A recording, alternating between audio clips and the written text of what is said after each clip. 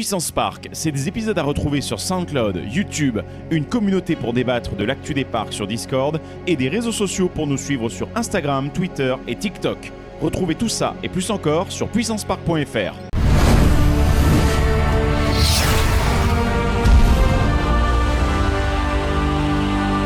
Eh bien, bonjour à toutes et à tous et bienvenue dans ce nouvel épisode de Puissance Park dans le studio, comme d'habitude ici, avec Valentin. Coucou Val. Bonjour. Voilà, mais il y a quelqu'un d'autre là, à côté de toi, là, sur la caméra 2. Qui êtes-vous, très cher? Vous êtes entré, il y a de la lumière. La porte était ouverte, je me suis dit, il y a un tournage, c'est intéressant. T'as entendu du son qui te plaisait? Voilà, pourquoi pas, de la musique, je ne sais pas. Mais... Eh ben voilà, et vous l'avez reconnu, certainement. Ou pas, ou pas, mais jamais vu. Non, à partir de maintenant, vous allez le reconnaître pour le coup, puisqu'on est en compagnie de Benjamin Ribollet. Bonjour à toi. Bonjour à tous les deux. Alors, merci de me recevoir. Le plus compliqué maintenant, ça va être d'arriver à lutter contre la digestion des sushis. Alors, Benjamin Ribollet, tu es compositeur. C'est ça. Tu as fait notamment de chouettes compositions pour le parc Astérix, donc le festival Toutatis, entre autres, pour Menhir Express aussi. Non, pour Attention Menhir.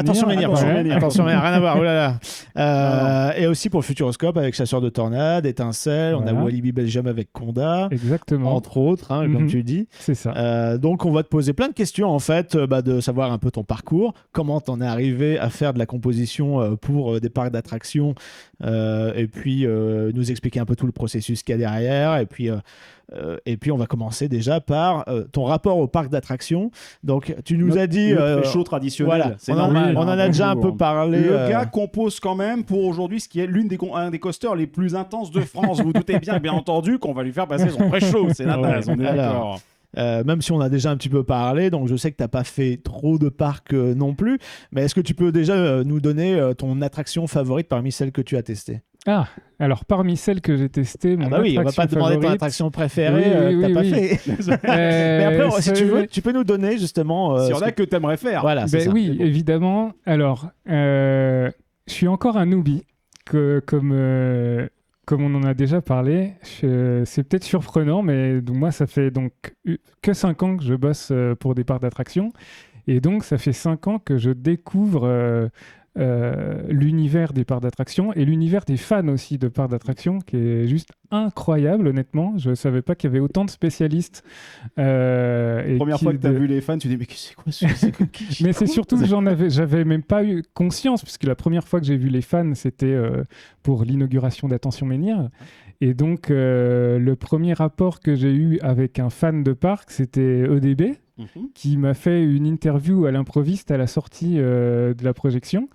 Et voilà, et en fait, moi, je ne savais vraiment pas qu'il y avait autant de fans. Donc, j'ai fait une énorme parenthèse, mais pour revenir à l'attraction que j'aimerais faire, en tout cas, vu que je suis un newbie, je suis encore en formation sur les coasters. Parce que j'ai très peur de la hauteur, moi j'ai un peu le vertige. Voilà, team hauteur les amis. Voilà. Donc j'en ai pas fait beaucoup, mais j'ai fait une promesse à 2 concepteurs, qui sont Julien Simon et Mathieu Gallus, c'est de rider Toutatis, que je n'ai pas encore ridé. Voilà. Voilà, petit à petit, étape par étape, je m'habitue aux sensations.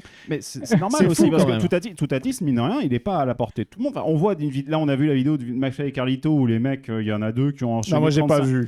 Non, mais le problème, justement, alors je ne vais pas aller digresser trop longtemps là-dessus. Attention, ça va prendre 1 heure. Mais c'est vrai que malheureusement, une vidéo comme celle-ci, je ne sais pas si elle sert bien les intérêts du parc, à vrai dire. Mais bon, on en reparlera certainement dans un live ou quoi que ce soit. Mais du coup, c'est vrai que Toutatis, c'est une attraction qui est assez, mine de rien, exigeante déjà vis-à-vis des gens. Donc quand tu n'es pas de ce monde-là, quand tu ne cherches pas encore ce genre de truc, c'est vrai que monter tout de suite à bord de Toutatis, il a des arguments très attrayants visuellement, mais il n'est pas à mettre entre toutes les mains nécessairement. On a tendance à l'oublier, mais c'est vrai. Donc oui, je comprends. C'est surtout que, par contre, j'adore regarder des on-ride. Donc les premières fois où j'ai pu voir le on-ride de Toutatis, je me suis dit waouh, c'est génial, j'ai trop envie de le faire. Ouais. Et après, arriver dans la gare, même juste pour travailler, à voir la flèche à 50 mètres de haut, je me suis dit Je sais pas si je suis prêt. Les mecs, c'est sûr que c'est pas l'antenne 4G, ça. C'est triste quand même parce que tu as composé toute la musique, tu t'es imprégné vraiment de l'ambiance du land, tout ça. Tu as fait énormément de recherches pour au final ne pas faire l'attraction phare, quoi. La grosse nouveauté. Oui, mais je vais la faire. Ouais, bah on je ne sais pas encore quand. C'est encore une fois, c'est des choses différentes. Rappelle-toi Steve Bramson sur Space Mountain de la Terre à la Lune. Le mec, il aimait pas particulièrement les coasters. Il s'est tapé combien de tours pour arriver à synchroniser la musique. Il a pas eu le choix parce qu'il y avait de l'audio embarqué. Soit c'est ta chance, c'est pas abordé. T'as pas eu d'audio à bord pour l'instant. J'avoue, oui. Mais en tout cas, ouais, voilà. Donc je me prépare parce que je suis un anxieux aussi de base. Donc c'est vrai que j'imagine comment je pourrais réagir la tête en bas ou en apesanteur au moment où on va en arrière sur la flèche et tout ça. Greg a pas aimé la flèche. Alors, truc con, mais la flèche, t'as le droit de fermer les yeux. Pas de problème, ça aide beaucoup. Et en plus, t'aurais dû la faire pendant que c'était encore le chantier, quand il y avait les tests, parce que personne ne t'aurait jugé si t'avais hurlé. J'aurais pu la faire, on m'a proposé, mais j'ai dit non. Les risques, c'est qu'avec les tests, parfois, je me suis dégonflé. Là, tu te dis, bon allez, je le fais en catimini, et là, t'as le mec qui règle les LSM à un moment, qui se dit, bon, j'ai peut-être été un peu lourd sur la prog, là, tu vas bien en haut de la flèche. Bon, ça marche pas comme ça, heureusement. Ce serait drôle. J'enchaîne peut-être la suivante.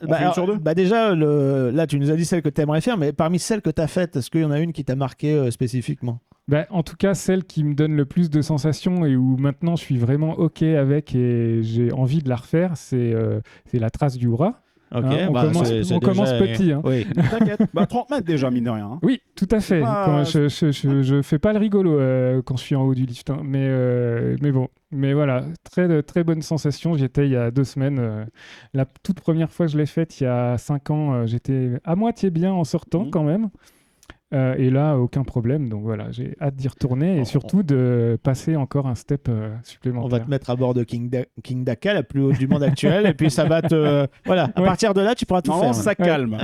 Tranquille. Ça dure 20 secondes, hein, mais c'est intense. Quoi. C'est les 20 secondes les plus intenses de ta vie, par contre. Ça, c'est le problème. Vas-y, Greg, je t'en prie. Eh bien, du coup, alors, on va faire un twist quand même, parce que c'est vrai que tu bosses énormément avec la CDA au niveau des parcs d'attractions, même si... On en reparlera tout à l'heure. Peut-être un des premiers trucs que tu as fait pour les parcs, apparemment, c'est plutôt avec le Puy du Fou et M6. Mais je me trompe peut-être.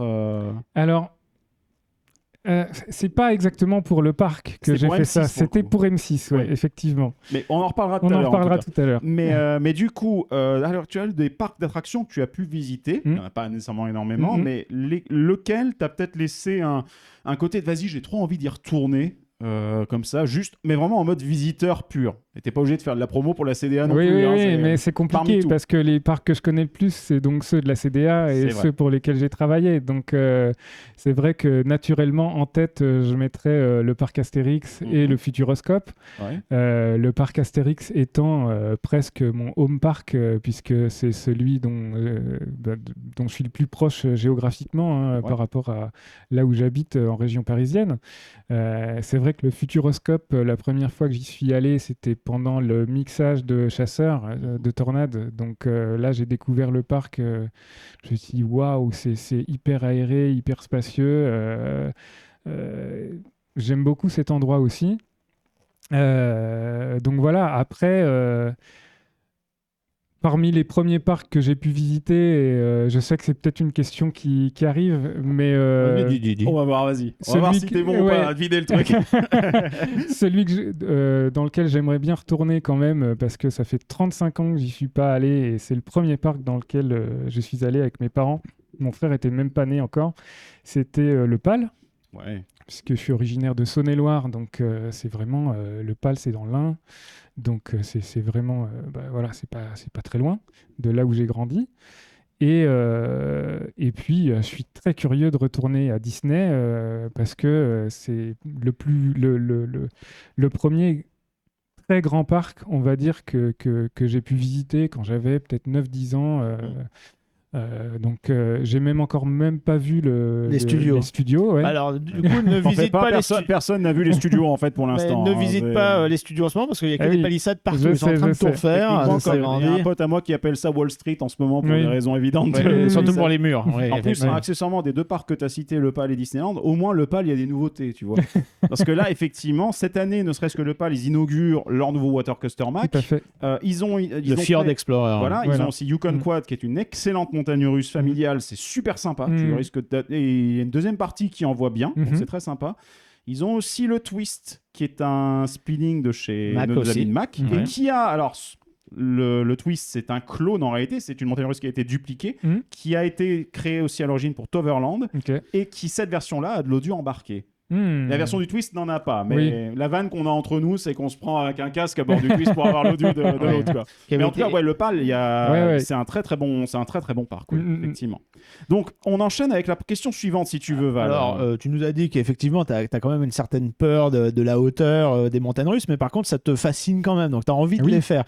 Mais est-ce qu'il y a des attractions que tu as testées que tu n'aimes pas, peut-être des modèles, tu sais, forains qui tournent, qui donnent un peu le gerbouillon ou également une mauvaise expérience. Gerbotron 3000.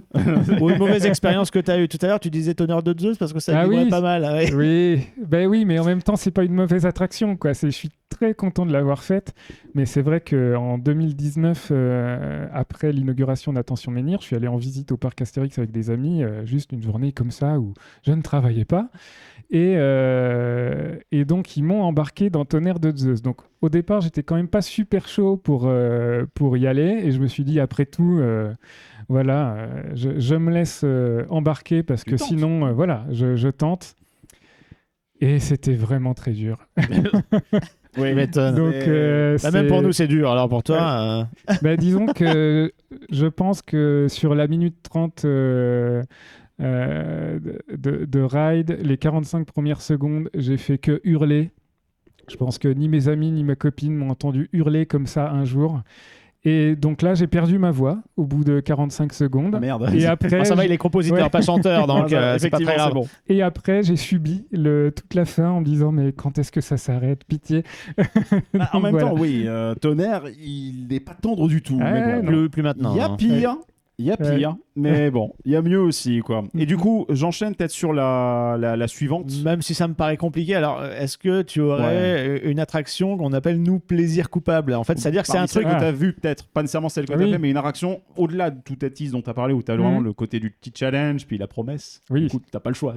Non. Tu es au pied du mur, enfin de la flèche. C'est ça. Mais du coup, est-ce que tu as peut-être une attraction parmi celles que tu as vues, puisque tu regardes des on-ride, etc., un truc peut-être qui te tente, un type d'attraction que tu te dis, tiens, ça je pourrais peut-être bien aimer ce genre de truc. Ou aussi tu sais, du fait que les gens vont dire non mais ça c'est nul, c'est pour les gamins, ou qui est vraiment kitsch, mais que toi tu as une tendresse particulière. Une que j'ai découverte que récemment parce que c'est pareil, j'avais peur de la hauteur. Et je pensais pas que j'allais aimer autant. Et désolé pour les fans de roller coaster, vraiment. C'est le Voldicar. C'est encore le parc Astérix, merde. Oui, mais en même temps, c'est celui que je connais le plus. Mais on tient à préciser, c'est pas une OP de la CDA. Non, pas du tout. Ils sont pas au courant du tout. D'ailleurs, on dit CDA depuis le début. CDA, c'est Compagnie des Alpes. Donc du coup, c'est le groupe qui tient parc Astérix, Walibi, etc. Donc voilà. Donc c'est là-bas que vous pouvez entendre beaucoup de choses que Benjamin a composées, mais pas que, parce qu'il fait pas que des attractions. On va en parler. Oui.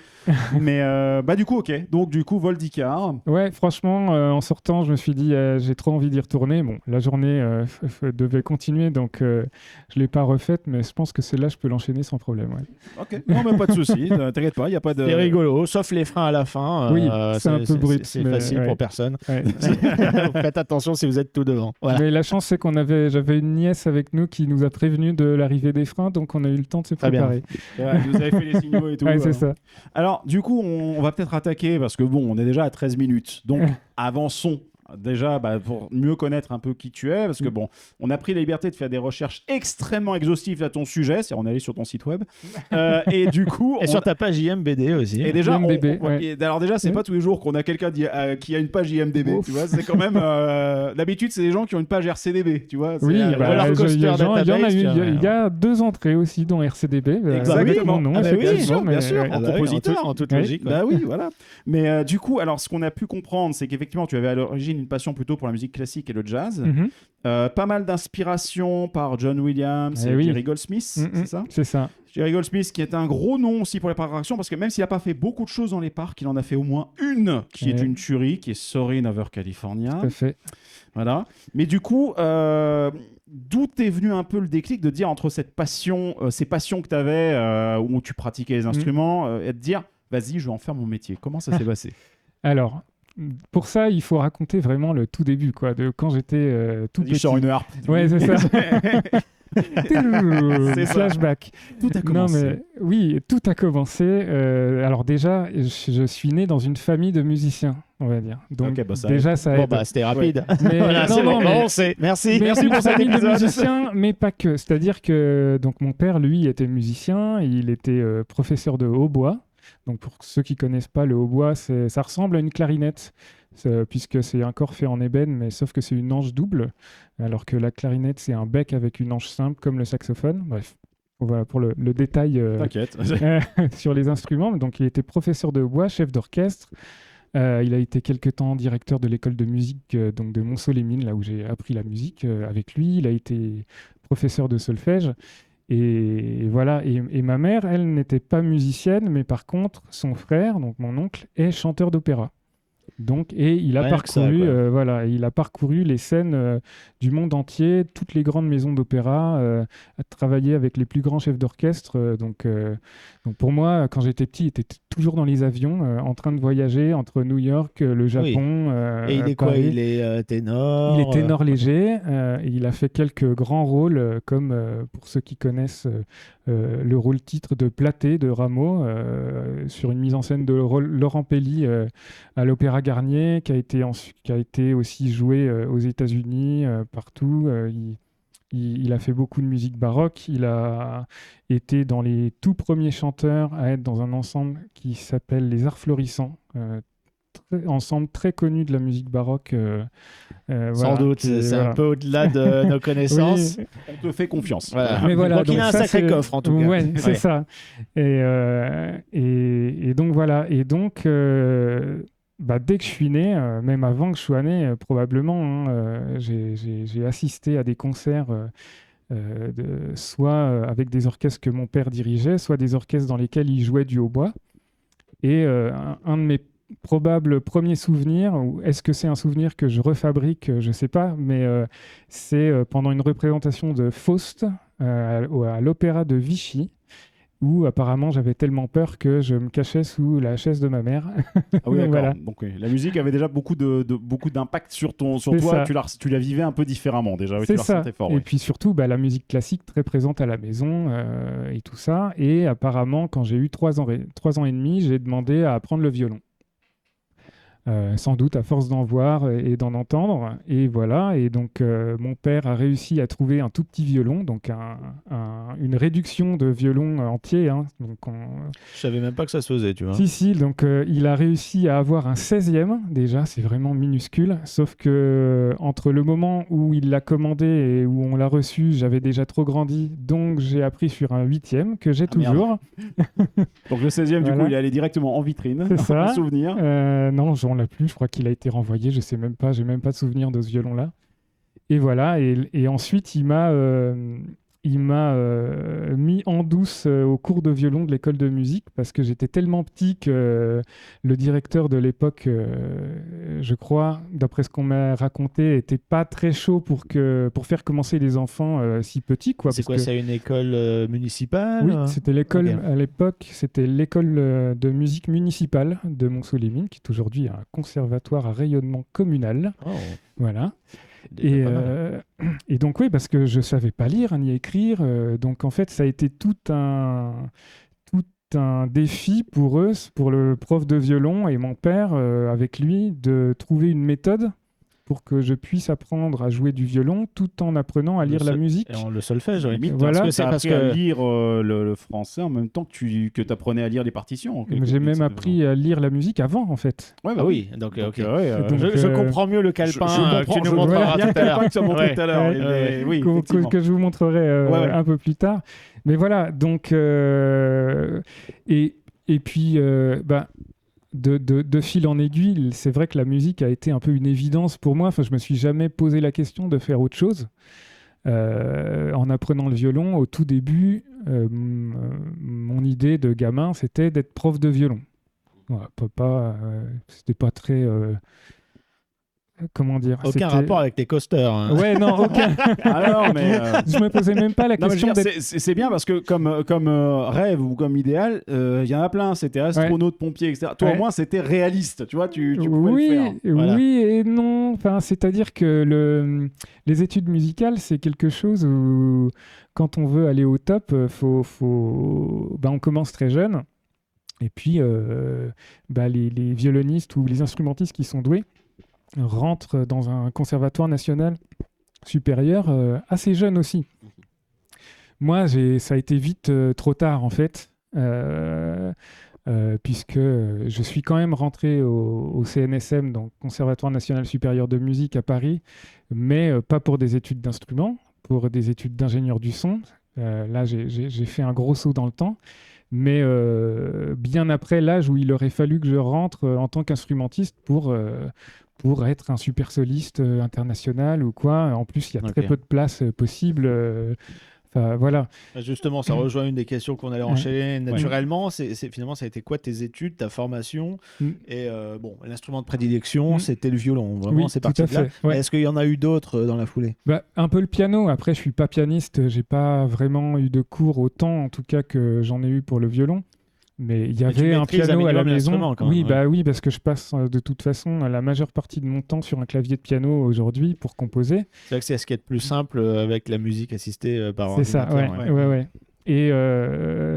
Et donc, en fait, à l'adolescence, on m'a dit que justement les carrières musicales c'était compliqué, qu'il n'y avait pas beaucoup de place.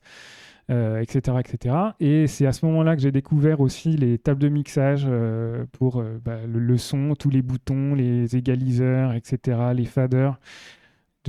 À l'époque, on était encore sur l'analogique, donc il y avait vraiment une myriade de boutons qui servaient, alors tous à la même chose par tranche, mais il y en avait tellement il y avait un côté ultra fascinant. T'as le côté tableau de bord d'avion, en fait. Ouais, c'est ça.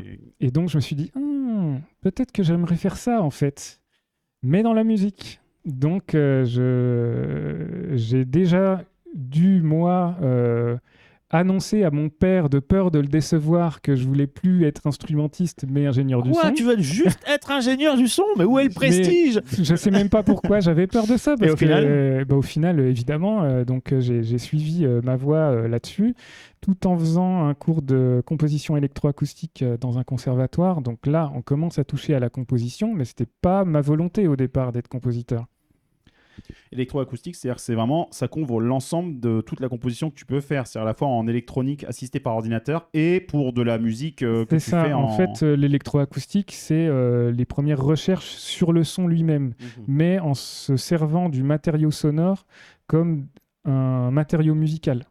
D'accord. C'est de faire des micro-montages, de générer un matériau qui n'existe pas à la base à partir de sons concrets, on va dire. Ouais, du samplage, quoi. Ouais, c'est le début du sampling. Totalement. Synthé aussi. Des synthés aussi, ouais. Donc des Moog, des trucs comme ça. Enfin bon, les Moog, ils datent un peu maintenant, mais... Ouais, mais c'est des instruments fabuleux aujourd'hui. On reparlait il n'y a pas si longtemps que ça en live de la Disney Electrical Sky Parade qui reprend la Main Street Electrical Parade, qui reprend le thème de Jean-Jacques Perret, qui est Baroque Hoedown, qui était un des premiers au Moog, si je ne dis pas de conneries. C'était sorti dans les années 60, un truc comme ça. Donc c'est des instruments qui sont là depuis un bout de temps, mais en fait, ils se permettent de faire tellement de trucs que oui. C'est ça, et en fait, les compositeurs de ce genre de musique, donc il y avait un peu deux courants. La musique acousmatique, dont les pionniers étaient aussi des Français qui travaillaient à base de bandes magnétiques, de choses comme ça, pour les assembler, faire des effets reverse, des effets de phasing, voilà, du travail sur la matière sonore. Et il y avait la branche des compositeurs qui utilisaient plus le synthé, etc. Ils faisaient des expériences avec ça, en fait. Pas de bol, la bande magnétique, ça n'a pas duré très longtemps.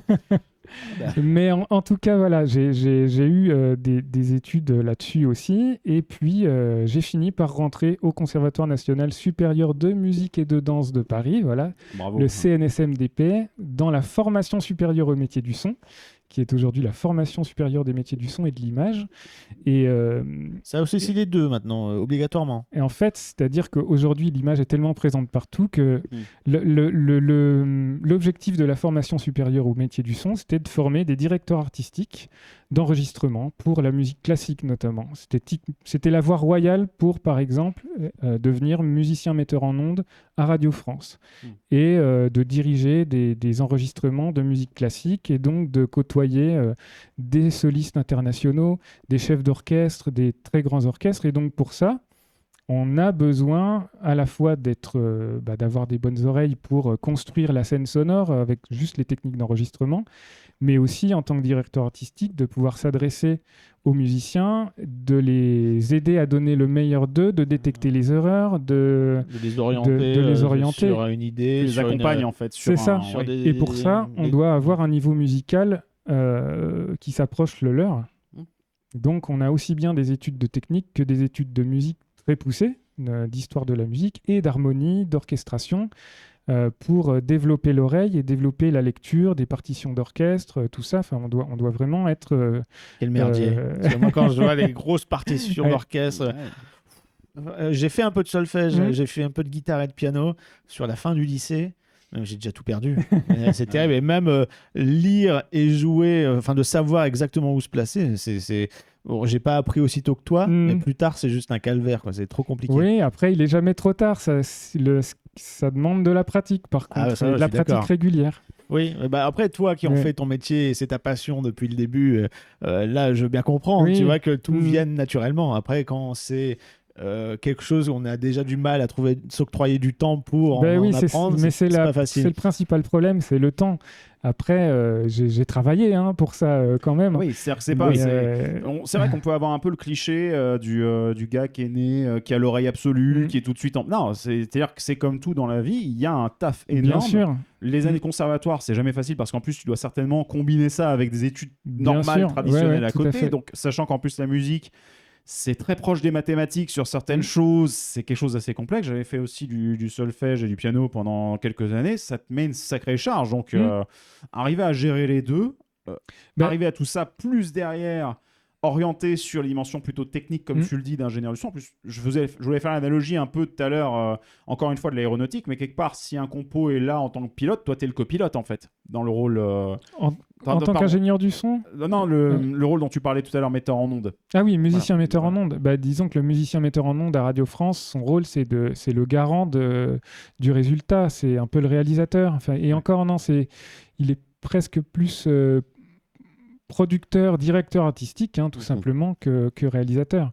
Donc c'est lui qui va demander au mixeur de mettre un peu plus de hautbois, un peu plus de violon, un peu plus de reverb, plus long, plus court. C'est lui qui va concevoir l'image et qui en plus va... l'image de la musique, c'est... Voilà. Et oui. Ouais, bien sûr. C'est dur, mais il faut s'accrocher. Oui, c'est ça. Non, mais l'image sonore, c'est la définition, c'est la représentation mentale qu'on se fait de ce qu'on entend. Okay. C'est-à-dire que quand on va entendre un enregistrement d'orchestre, on ferme les yeux et là, on peut très bien s'imaginer les premiers violons plutôt à gauche, les violoncelles plutôt à droite quand ils sont dans une disposition traditionnelle, les bois un peu plus loin au centre. Voilà, c'est ça l'image sonore. C'est comment on se représente ce qu'on entend dans notre tête. Ok, mais ça, du coup, ça joue sur... quand tu parles d'image sonore, parce qu'encore une fois, nous, on est profanes dans ce truc-là. On ne dit pas... mais, du coup, ça joue plutôt... en termes de restitution pour le produit fini. Oui. Tu joues plutôt sur la spatialisation, donc dans ce qu'on entend en stéréo, puisqu'on arrive à faire un peu du binaural aussi dans certains cas, est-ce qu'on l'entendrait plutôt venant de là, ou est-ce que c'est une question juste de volume, d'apparition à un moment ou à un autre, d'utiliser une caractéristique acoustique de la salle pour que ça revienne et qu'on entende mieux ce truc-là plutôt qu'une autre ? C'est tout ça. D'accord, ok. C'est tout ça, puisque... Entre autres. Oui. Ah, entre autres. Mais bon, là, on va commencer à rentrer dans des détails de l'enregistrement, et c'est peut-être pas le propos, mais oui, quand on enregistre, on s'appuie sur une salle existante, on s'appuie sur un musicien ou des musiciens qui parfois en plus sont plus en forme que d'autres. Enfin voilà, tout un tas de paramètres qu'on doit gérer pour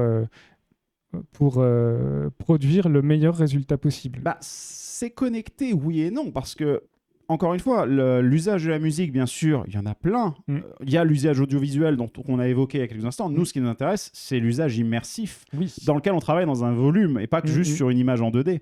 Même si aujourd'hui, au cinéma, on vous fout de la spatialisation partout. Mais nous, sur l'interaction, cette spatialisation, image de la musique, elle peut avoir peut-être une autre signification quand tu tiens compte du produit fini. Oui, mais là, alors, il y a l'aspect production qui rentre en compte, mais l'aspect reproduction aussi, sonore, dont on pourra peut-être parler un peu plus tard, mais voilà. Et donc, pour revenir à mon parcours, donc le conservatoire, 4 ans d'études, et à la sortie de ça, voilà, j'ai fait quelques boulots d'enregistrement, de tests pour un logiciel de son qui s'est plus ou moins arrêté par la suite. Et j'ai eu un espèce de creux comme ça à un moment où un de mes anciens professeurs m'a rappelé pour intégrer son équipe pour faire de la musique pour des dessins animés. Des séries d'animation. C'est là que tu en es venu à faire ça, effectivement, derrière. Ouais. Oui, même si la composition, c'est quelque chose qui m'a toujours intéressé, mais encore une fois, j'avais jamais pensé en faire mon métier un jour.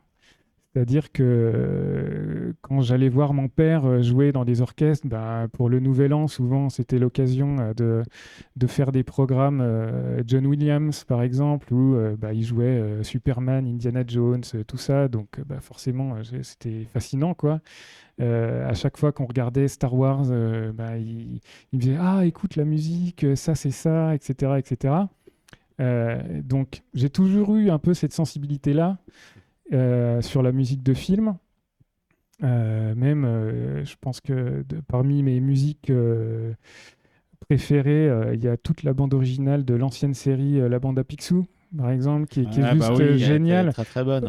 Pas uniquement le générique, vraiment tout le corps d'épisode aussi qui est juste génial. Générique qui me fait beaucoup penser à une des chansons de Daryl Hall et Bill Oates. Je sais pas si ça te dit quelque chose.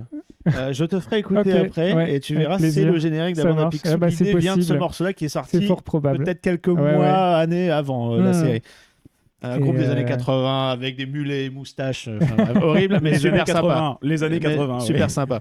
Mais donc voilà, et pour moi, c'était un métier qui était pas accessible, quoi. Enfin, je voyais pas comment faire ça. Sauf qu'à un moment, ça me tombe dessus.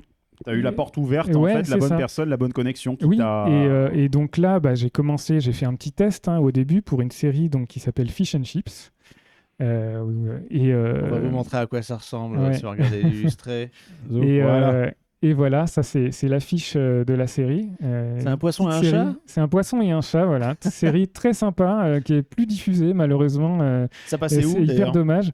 C'était sur Gulli. Okay. Il y a eu une saison avec les voix d'Omar et Fred avant que les deux explosent chacun de leur côté.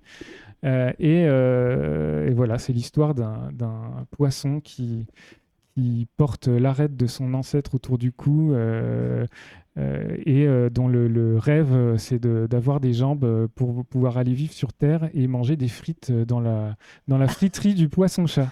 D'accord, voilà, comme truc, par hasard. Non, mais c'était hyper marrant, franchement, comme série.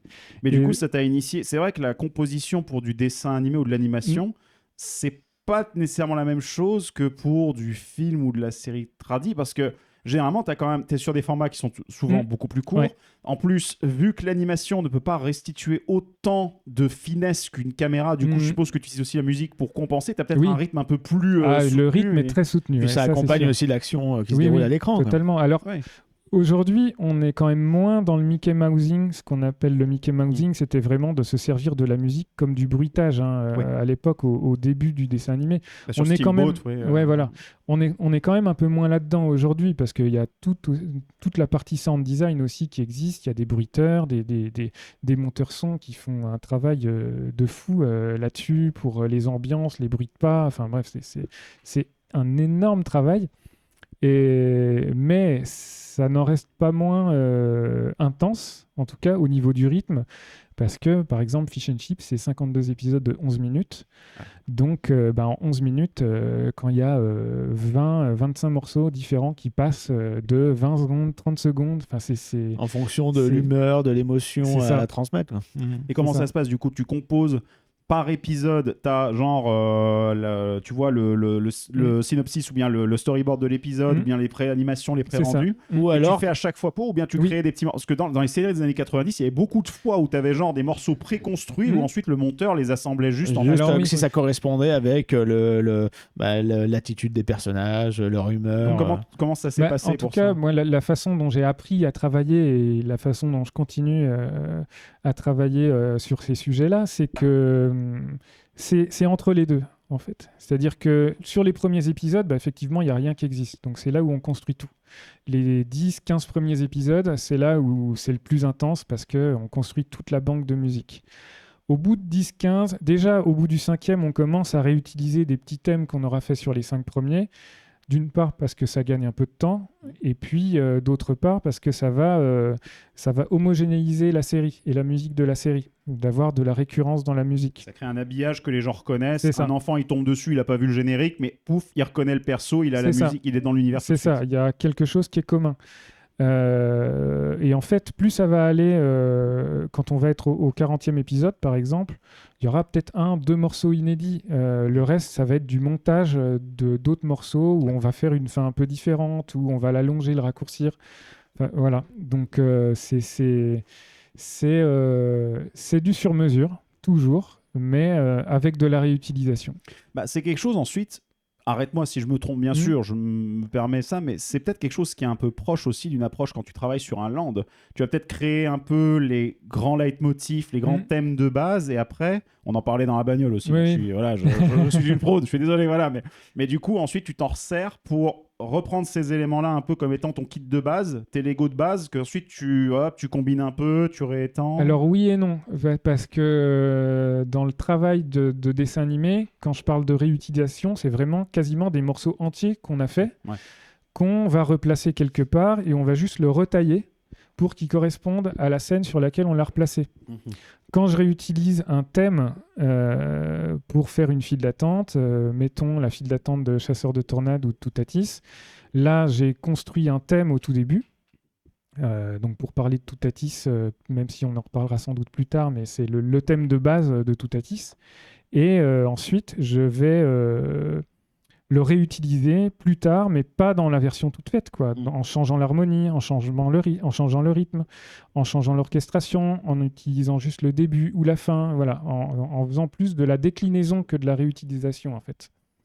Ok, donc tu fais des variations, ce genre de choses. Okay. C'est ça. Non, cool, effectivement. Et donc du coup, là on était sur ta première fois où tu fais de la compo pour de l'animation. Ouais. Et du coup, en fait, j'ai l'impression que tu as enchaîné derrière. Tu connais le truc, donc tu continues sur ce genre de produit. Non, c'est ça. En fait, donc, je travaillais dans une équipe qui s'appelait Score Factory et donc avec laquelle j'ai fait 3 séries. Donc Fish and Chips, dont on a parlé. La deuxième, c'était Shaolin Chronicles, qui était une série qui est passée sur Disney XD aussi. C'est vrai que ça correspondait avec tout ça. Le design de Disney XD, c'est complètement Ensuite, j'ai fait une partie de la première saison de Alvin et les Chipmunks. Voilà. Et en fait, ça a coïncidé aussi à un moment où j'avais envie de me lancer en solo, comme on dit, et où il se trouve que j'avais une autre série que je ne sais pas si je vous ai donné l'affiche, mais qui parlait de l'Ancien Testament pour Bayard Presse. Récit fondateur de la Bible. Voilà. Eh bien oui, tu nous avais donné donc parfait, tu as ta porte d'entrée, c'est du fou. Ça, c'est une série documentaire, non plutôt Non, c'est une série d'animation aussi. C'est de l'animation qui est très particulière parce que déjà dans le produit, c'est vraiment voix off, musique et dessin. Donc il y avait une place à la musique privilégiée dans laquelle j'ai pu expérimenter pas mal de choses, donc même en termes de symbolique aussi au niveau de l'image, je suppose. Ah oui, c'est donc des dessins de Serge Bloch qui a dessiné pour des grands médias américains aussi, qui a dessiné pour le Théâtre Gérard Philippe à Saint-Denis, qui a une... Voilà, c'est du crayonné, c'est très peu de couleurs. Il y a voilà, très peu de sound design aussi, et j'ai pu aller sur des couleurs que j'avais pas du tout pu faire avant, où il fallait que je me restreigne beaucoup pour aller sur de la composition presque Debussy, Ravel, début 20e, un petit passage dans le dodécaphonisme sur un épisode. Voilà, toutes ces séries, alors que ce soit animées ou celle-ci sur justement l'Ancien Testament, ouais. Est-ce que tu composais on va dire en création musicale assistée par ordinateur avec donc des bases sonores, alors comme tu disais tout à l'heure, des banques de sons, des banques de sons, voilà, toutes faites que tu adaptes, ou alors c'était aussi avec des enregistrements en orchestre? Alors pour la série d'animation, les 3 premières dont je vous ai parlé, là on est exclusivement en musique assistée par ordinateur, parce que pour plusieurs raisons. Déjà pour des raisons de budget.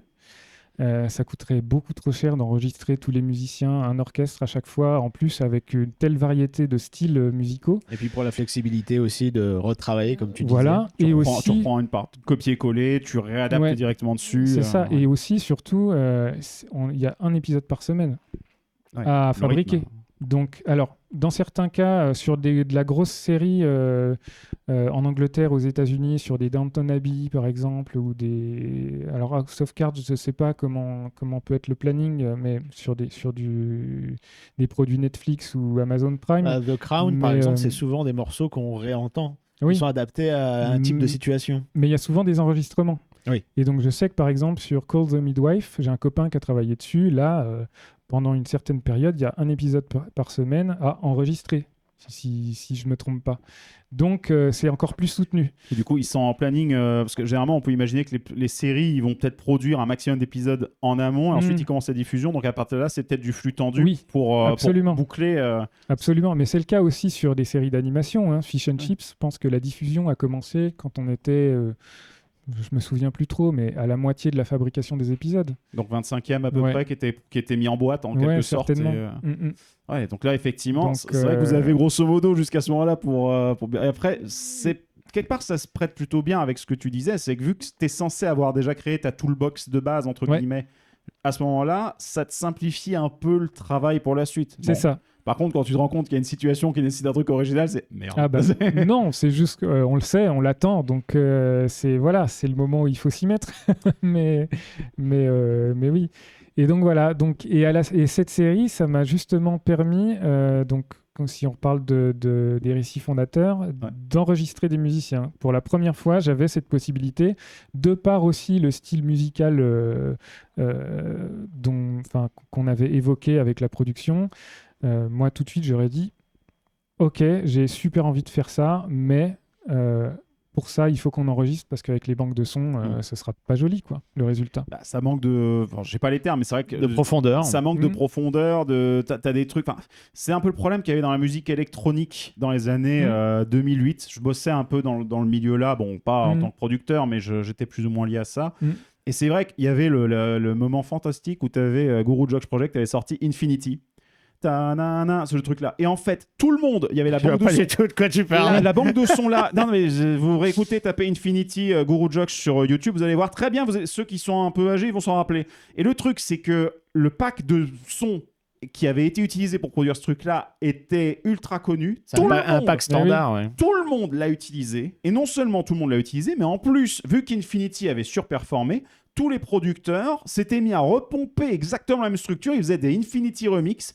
Tu avais les ressorties de morceaux électro, parce que généralement, un morceau électro, il y a toujours une vie. Et tout le monde a saturé du genre. Et on n'en pouvait plus. Et on n'en pouvait plus du tout. Les radios, c'était ça non-stop. Ça a fait un trop-plein pour énormément de monde, quoi. Et c'est ça. Et en fait, là, on touche exactement à la différence entre utiliser des banques de sons et enregistrer des vrais musiciens. C'est que moi, là, je fais une grosse parenthèse. Pardon, vas-y, on est sur puissance parenthèse, nous, ici, donc il n'y a pas de problème. Je militerai toujours pour enregistrer des vrais musiciens, parce que déjà, la musique, c'est ça quand même. C'est de travailler avec d'autres gens, c'est de faire de la musique ensemble et pas tout seul dans son coin.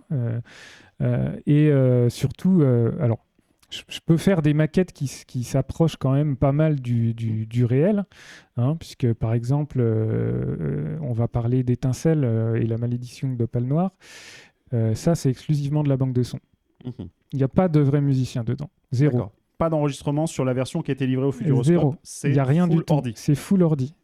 Et ça fait la blague quand même. Oui, non, ça Mais- s'y prête bien. Moi, j'ai pas eu de gêne vis-à-vis de T'es ça. sur un style qui est de l'animé.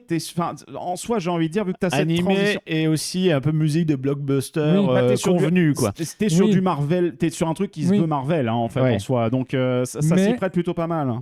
Je vous garantis que si on avait enregistré, vous auriez entendu la différence. Ah bah ça, oui, on s'en doute. Et que même si vous l'aviez pas, comment dire, enfin, je suis sûr que au moins au niveau de l'inconscient, vous l'auriez entendu.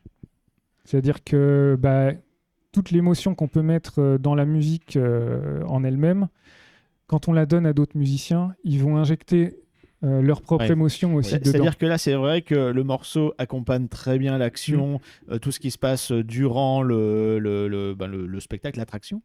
Mais j'imagine qu'en mode un peu orchestral, ça prend une toute autre dimension, Ben oui. qui prend un peu Et- plus au trip et fait apporte plus la chair de poule que effectivement quelque chose joué. Il y a une époque, on va dire, la différence entre les deux était tellement criante. Oui. Que c'était même gênant de dire ah bon, ça c'est fait en full ordinateur. Aujourd'hui, c'est un peu plus difficile de s'en rendre compte. Mais comme tu le dis, On s'en c'est vrai rendra qu'il y a la toujours compte. partie investissement, si tu veux, de l'orchestre qui Et apporte un plus non seulement indéniable. ça, mais en plus, alors aujourd'hui, on travaille avec des banques de sons, de violons. Ouais, je sais pas, je dois en avoir 5 ou 6 différentes en fonction du son que je vais obtenir, parce que chacune n'a pas l'infinité d'articulations que peut donner un violoniste avec, selon l'inclinaison de son archet, la longueur, s'il joue au talon, à la pointe, enfin des choses très techniques, mais qui, à l'arrivée, vont donner un résultat différent. Alors, certes subtil, mais quand même qui va faire toute la différence sur un enregistrement. Les détails, c'est hyper important. Ouais, sans hein. compter que les détails en informatique, on peut avoir l'habitude de faire de l'interpolation. C'est-à-dire, comme quand tu fais du graphisme, tu vas dire, OK, on prend une valeur, une autre, et l'ordinateur va faire la moyenne. Sur du son, ça me paraît compliqué de prendre, par exemple, le son d'un violon, le combiner avec la même note de l'autre violon. Je pense que le mix, il peut faire bizarre à des moments. Enfin, t'as des... Oui, oui. Après, on ne sait pas de quoi, comment va s'écrire la suite avec l'intelligence artificielle. Donc, on en parlera sans doute après. L'IA ne fait que recopier ce qu'elle a en base. Hein. Oui. Donc, elle ne va pas aller créer un truc totalement nouveau, contrairement à ce qu'on peut croire. Mais on en reparlera de ça, parce que ça a un gros impact sur ce qu'on dit. Mais oui, donc continue, vas-y. Mais donc, je ne sais même plus d'où on en était. Première orchestration. Premier enregistrement. Premier travail. là, en plus, est-ce que, par hasard, là, donc sur ce truc-là, tu composes, tu ne diriges pas? Alors si. Tu diriges du coup. Ouais. Donc là, c'est la première fois aussi où je peux diriger un de mes enregistrements. Donc là, tu te dis, vas-y, c'est l'occasion de faire comme papa. Ouais, quelque part, oui. Quelque part, même si la direction. Tu lui as demandé des conseils, d'ailleurs? Ouais, bien sûr. Bah, tu m'étonnes. Merde, je voulais pas être compositeur, mais là, j'ai un orchestre à diriger. Qu'est-ce que je fais? Non, mais j'avais déjà eu l'occasion d'essayer. Il m'avait fait diriger une répétition générale, enfin un morceau de l'harmonie qu'il dirigeait à l'époque, donc à Mont-Soleil-Mines, toujours en Saône-et-Loire. Voilà, où j'étais tellement stressé, je me suis bien préparé et puis arrivé sur le podium, je pense que j'ai dirigé hyper raide tellement j'étais très stressé. T'avais combien de personnes dans l'orchestre? Ça devait être une quarantaine. Je pense. Ouais, parce qu'en plus, là, ils te regardent tous. Enfin, ils sont... Ah, bah oui. Ça devait durer 15 minutes, mais t'es tellement vite que ça fait 3 minutes. Je pense que j'avais une battue raide comme tout. Ça devait pas être très agréable à regarder, mais ça s'est pas trop mal passé. Et voilà. Et ensuite, j'avais eu aussi l'occasion de me confronter à ça avec un orchestre qu'on montait donc au conservatoire, l'orchestre des étudiants de la formation supérieure au métier du son. Puisque quand on rentre dans cette formation, on doit obligatoirement avoir fait des études dans un instrument. Hein. On doit avoir quasiment un niveau de fin d'études dans notre instrument et ou en solfège. Et donc, on montait un orchestre chaque année. La première année que ça s'est fait, l'œuvre qui était censée être jouée, c'était la Rhapsody in Blue de Gershwin. Œuvre pour piano et orchestre. Nous, on est là, oui, voilà. Sans doute. Vous irez écouter si ça vous intéresse. En tout cas, c'est une des œuvres. Peut-être entendu, mais c'est vrai que comme ça, nous ressortir les noms, on a un peu du mal. Mais si ça vous intéresse, vous irez écouter. C'est vraiment une des œuvres monumentales assez récentes de la musique classique.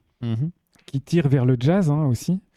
Et plus 2-3 semaines avant, ils n'avaient toujours pas de chef. Donc moi, je me suis timidement proposé en disant je peux peut-être le faire.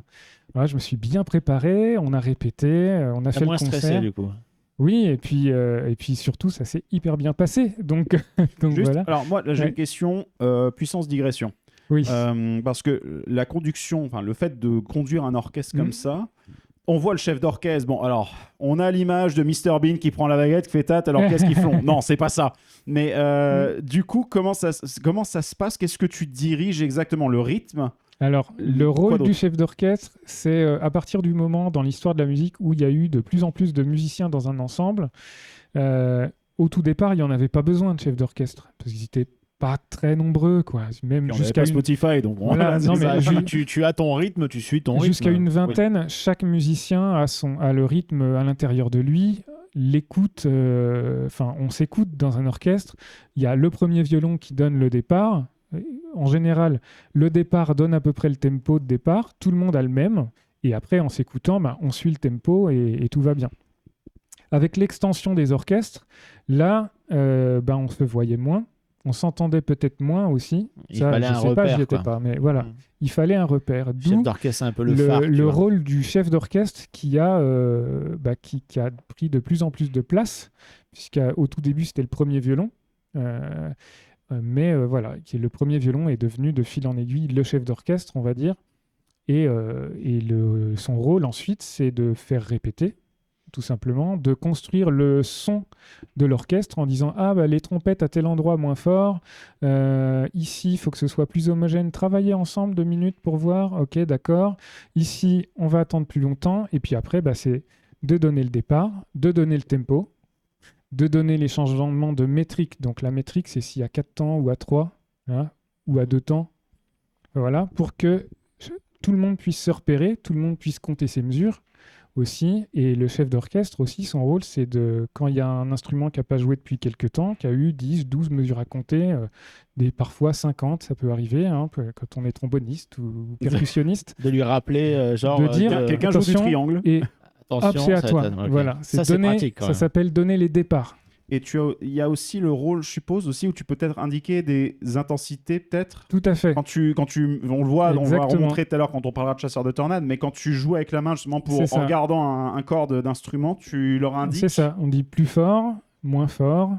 Après, je sais pas, il y a plein de gestuels, ça se fait aussi sur le moment, mais ça peut aller dans la façon de tenir la baguette, ça peut aller dans le geste aussi. Si on fait quelque chose de très doux, très ample, on va avoir un geste souple, alors que dans les choses très rapides, là au contraire, il faut être très précis, donc ça va être plus sec. Les violons vont être plus à jouer très très en piquant vraiment la note. En staccato, spiccato, voilà, pour prendre les termes techniques. Après, ça c'est quand même des choses qui sont indiquées dans la partition, les articulations et la manière de jouer, les nuances. Nous, ce que le chef d'orchestre va faire, c'est faire des rappels en fait aussi, en disant plus fort pour accompagner l'orchestre. Et pour moi, le chef d'orchestre, il insuffle aussi de l'énergie aux musiciens. Donc c'est quelque part, il y a du donnant-donnant aussi. Ça ne veut pas dire que le plus on va donner d'énergie à l'orchestre, le plus il va nous rendre, parce que sinon, après, au bout de 10 minutes, on est crevé. Voilà.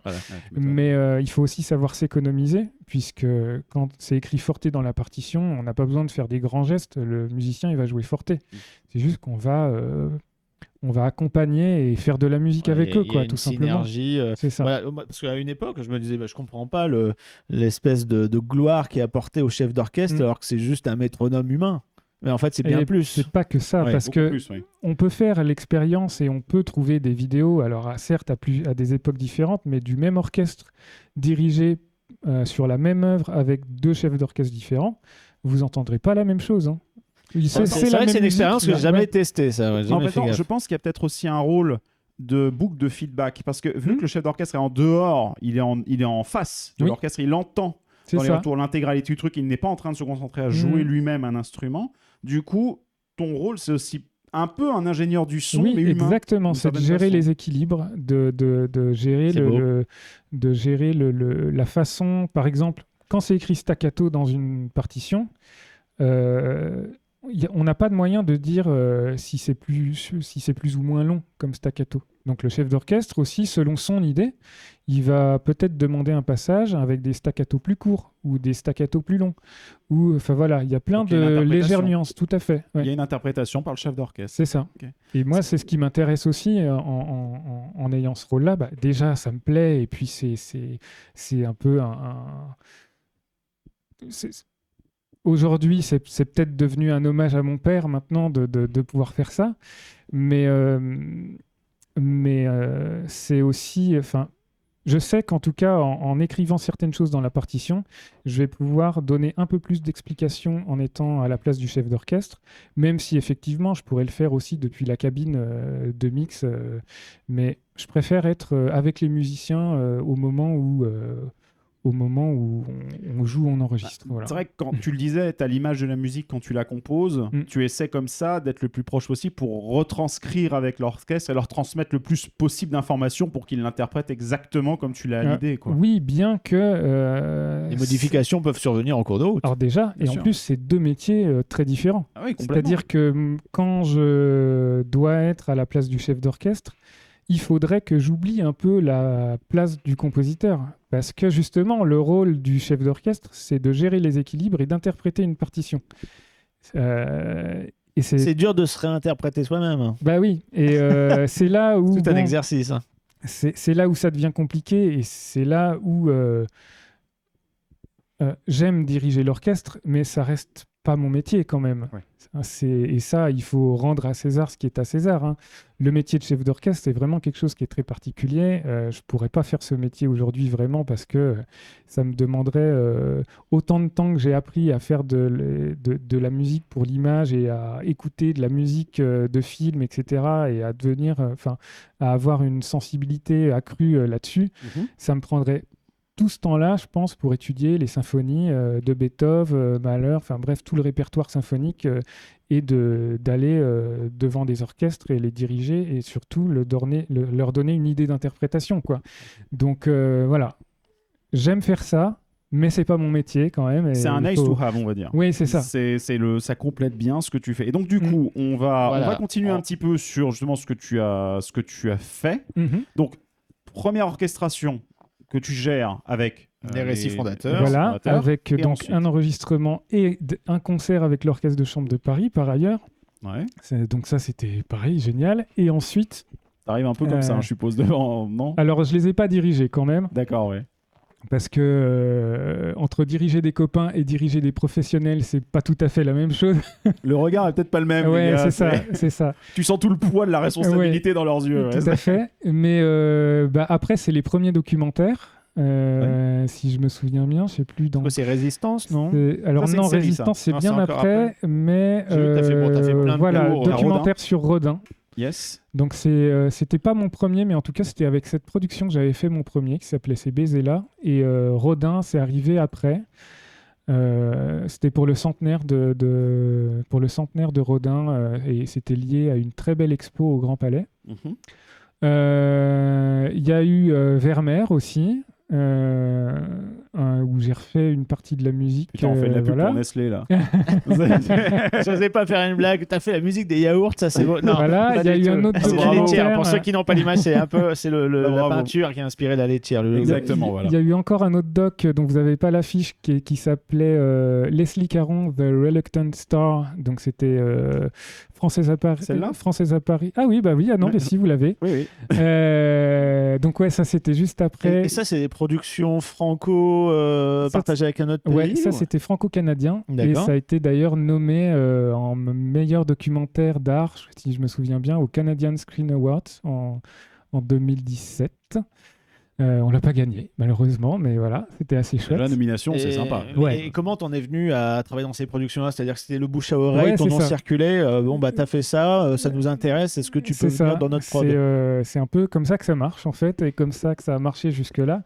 C'est que donc j'ai un très bon ami qui s'appelle Thomas Enko, qui est pianiste de jazz, un peu connu maintenant quand même, et compositeur, qui connaissait un réalisateur qui a fait justement ce documentaire qui s'appelait Ces baisers-là. Donc le réalisateur s'appelle Daniel Schick. Et Thomas avait pas le temps Daniel a demandé à Thomas de faire la musique de son doc. Il avait pas le temps, il lui a donné mon nom. Et voilà, c'est comme ça que c'est parti, que j'ai rencontré cette production qui s'appelle Chouche Productions. Voilà, et de fil en aiguille, c'est grâce à eux que j'ai fait Vermeer. Et ensuite, dans le même temps, j'ai été aussi impliqué dans le mouvement Kino. Donc Kino, c'est un mouvement de cinéma qui est à l'origine de Montréal, où le principe, c'est de faire des films en 48 à 72 heures. D'accord, donc c'est du fast-track c'est de ça, production où ultra rapide, le quoi. postulat de base, c'était de se dire, bon, faire un court-métrage, on adore ça, mais ça prend des mois, voire des années.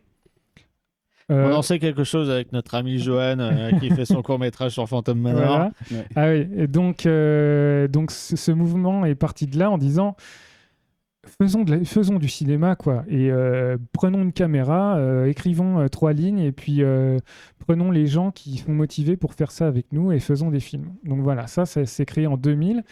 Et En est-il de même pour la composition musicale, du coup? oui, tout à fait. La merde. Le produit doit être fini en 72 Tout à heures, c'est fait, ça exactement. C'est-à-dire que depuis 2016, dur, hein. j'ai été invité au festival Off-Court à Trouville, qui est un festival de court-métrage un peu important quand même en France, et qui a lieu exactement pendant le festival du film américain de Deauville, donc juste en face. Et donc avec des sélections de courts-métrages, et pendant lequel il y a aussi des laboratoires de création, et qui, en fait, le mouvement Kino importé en France. Ce qu'il faut savoir, c'est qu'il y a énormément de cellules Kino qui se sont montées dans le monde entier aujourd'hui. Et à Trouville, il se trouve qu'ils invitent des professionnels aussi pour être là, pour assister, conseiller des jeunes qui démarrent, qui n'ont jamais vu une caméra de leur vie, par exemple, qui ont envie de faire ça, c'est ouvert à tous, ou des jeunes futurs professionnels. Et pendant 5 ou 6 ans, je crois, j'ai chaque année passé une semaine au sein du festival à faire la musique de courts-métrages. Et en faire, je sais pas, 10, 12 films par semaine, sur une semaine. Tu étais en mode accompagnant, un peu comme on accompagne un hackathon dans d'autres domaines. Hein. Donc ouais, c'est ça. Les hackathons, pour ceux qui ne voient pas très bien, je vous précise, genre et sur les logiciels des jeux développés. Sur 2 jours, généralement, on met sur une durée courte de 48 heures, mais c'est en mode sprint, dans lequel, dans une entreprise, tu vas développer du code. Ça peut être sur du code informatique, ça peut être sur n'importe quel truc qui va être lié un peu à de la création de quelque chose. Et donc, dans ce cas-là, tu as des personnes qui sont aussi là pour t'accompagner et t'aider, des tuteurs. Donc là, c'était un peu en mode tuteur. Tu étais là pour proposer tes services à qui en avait besoin. Voilà, exactement. C'est ça. Et donc, la première année, j'ai fait 4 films par session, quoi. Il y a 3 sessions dans la semaine. Ouais. C'est très intense, on dort pas beaucoup. Ça explique pourquoi tu as une grosse liste de cours. Aussi, oui. Par exemple, là, on peut montrer le film La Cabane, donc de Maxime Chefdeville. Maxime, c'est un jeune réalisateur très talentueux que j'ai rencontré grâce au Festival de Trouville. Puisqu'on a fait quelques petits kinos ensemble. La Cabane, c'est pas un kino, c'en est à moitié un, puisqu'il a tourné pendant un festival en Normandie sur la Seconde Guerre mondiale. Ça tombe bien, en Normandie, il y a déjà le décor. C'est ça. Ouais, ça aide beaucoup, oui. Et donc, avec des copains normands et caennais, ils ont monté aussi un collectif qui tourne des films. Et voilà, on s'est connus à Trouville comme ça, et depuis, on bosse ensemble aussi souvent qu'on peut. C'est avec lui, d'ailleurs, aussi que j'ai fait la série Résistance, dont vous parliez un peu plus tôt, et d'autres futurs projets, normalement, qui sont dans les tuyaux. Et voilà, ça, c'est du développement au long cours, mais on verra. Et dans le même temps... oui, on parlait de Kino, donc c'est aussi avec la cellule de Kino Montréal qui a eu ce film collaboratif Montréal Dead End, qui est une anthologie d'horreur dont moi j'ai fait un segment, il y a une dizaine de segments. Le principe, c'est que Montréal est envahi par les zombies. Et le segment sur lequel... Du jamais vu encore. Ouais. Le segment sur lequel j'ai travaillé, c'est un segment qui a été réalisé par... Tiffaine de Reyer et Catherine Vimino. Donc j'ai oublié le titre exact, mais où en gros le principe c'est que dès qu'on entend une chanson de Céline Dion, on devient un zombie. Ah merde. Voilà. On est tous dans la merde. Vu certains fans, Voilà. c'est peut-être pas si déconnecté de la Donc, réalité. oui. Mais bon, Mais voilà, c'est très très drôle. Et voilà. Ah bah, en même temps, c'est vrai que les Québécois ont beaucoup d'autodérision. C'est ça, Et, ouais. En plus, Céline Dion, on en dit ce qu'on en veut. N'empêche, elle est mondialement connue. Donc, Oui. bon, voilà quoi. Mais tout à fait. Question très très bête, Ouais. que ce soit pour. Bon, pas les séries animées, parce que tu nous dis que c'est 11 minutes, il y a tout le temps de la musique qui est là pour illustrer, mais que ce soit des courts-métrages ou tes documentaires, ça représente combien de minutes de musique délivrées à chaque fois? Ouf. C'est hyper variable. Oui, bien sûr, mais pour un cours. Pour un cours, ça dépend. Ça va de 5 minutes à 16 minutes. Déjà, ça dépend de la longueur du cours. Ça dépend du besoin en minutage de musique.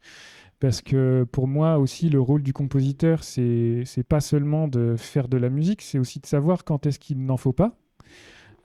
Surtout parce que... Comme on dit, le silence est d'or, la parole est d'argent. Donc Exactement. oui, ça joue à mort en musique. Oui. C'est ça. Parce que c'est bien de tartiner, hein, comme on dit. Mais... Sauf dans l'extraordinaire voyage. Ouais. Ça, au Futuroscope, Il y a un peu trop là du silence, mais bon. N'hésite pas à leur soumettre un petit devis. Pour, voilà. Petit ajout. Toi qui aimes bien, en plus, Jerry Goldsmith qui a fait Soarin', oui. pour l'extraordinaire voyage, donc une attraction à peu près du même acabit, bien qu'un peu en dessous, ce serait quand même bien qu'il y ait des moments. Ils ont mis trop de silence en fait. Parce que tu te dis, c'est pour profiter de la vue, mais le thème non. est magnifique. Le thème qui a été trouvé est magnifique et c'est un peu dommage. Mais bon. On digresse, Oui. mais oui. Mais donc en gros, Montréal. Donc Montréal. effectivement, tout ce mouvement-là, en fait, te force aussi d'une certaine façon, te met en challenge de comment est-ce que je produis vite et bien. Oui, sachant que ça, je l'avais déjà un peu appris en faisant de la série d'animation. Oui. Donc j'étais à moitié en terrain connu. Avec l'anthologie, le problème de l'anthologie, c'est que tu vas trouver des trucs vraiment différents, alors que la série d'animation, tu restes peut-être dans des thèmes un peu communs. Oui, alors après sur l'anthologie, moi j'ai fait un seul des segments. Hein. Donc je pense qu'on doit être 5 ou 6 compositeurs au total, puisque chacun des réalisatrices, réalisateurs, ont fait appel aux compositeurs qu'ils connaissaient ou avec lesquels ils avaient l'habitude de travailler. Il se trouve que Catherine et Tiphaine, je les avais rencontrés lors de ma première édition de Trouville, puisqu'on a fait un petit kino ensemble. Mais ouais, non, en termes de minutage, c'est hyper variable. Sur La Cabane, je pense qu'il y a quasiment de la musique tout le temps. Sur le documentaire Pérou aussi, que j'ai fait peu après Montréal Dead End, il doit y avoir 40 minutes de musique sur 52 minutes de programme. Ouais. Donc c'est énorme. C'est énormissime, ouais. Et voilà. Et dans le même temps, j'avais dans mes amis un réalisateur qui s'appelle Marius Larrivé, qui a fait un court-métrage, qui s'appelle Sang froid. Je ne sais plus si je vous ai donné le... Si, Yes, voilà, il est Sang froid. Hop, voilà. Et Sang froid, c'est grâce à ce film que je suis arrivé dans les parcs d'attractions. Ah, voilà, on y arrive.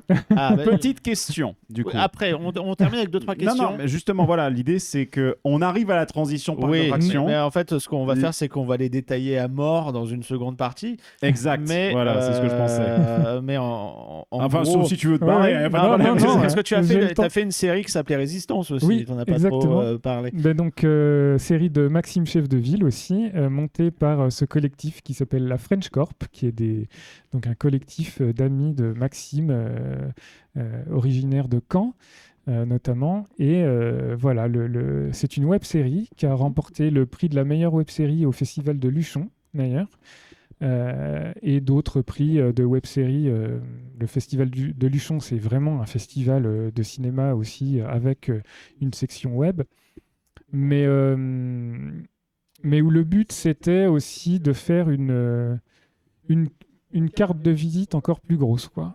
En se disant, allez, on met toute notre énergie en œuvre ensemble pour aller choper des costumes, aller trouver des loueurs de voitures d'époque, des collectionneurs qui veulent bien, qui veulent bien nous prêter ou louer. Voilà, exactement. Dans ce collectif, il y a un jeune chef opérateur et étalonneur très talentueux qui s'appelle Fabien Drujon. C'est lui qui a tout filmé avec sa caméra hyper pro, normale, quoi, on va dire. Mais voilà, c'est aussi c'est eux qui ont tout écrit. Je sais qu'il y a une saison 2 qui est déjà, qui est prête en tout cas sur le papier, qui ne demande plus qu'à avoir un producteur, puisque la règle que tout le monde s'est fixée, c'est qu'il n'y aura pas de saison 2 s'il n'y a pas de producteur, là, cette fois-ci. Donc voilà, puisque là, c'est vraiment autoproduit, vraiment. Enfin, on dirait pas, mais il y a vraiment très peu de moyens financiers. C'est que de la débrouille, que du temps offert de la part de chacun.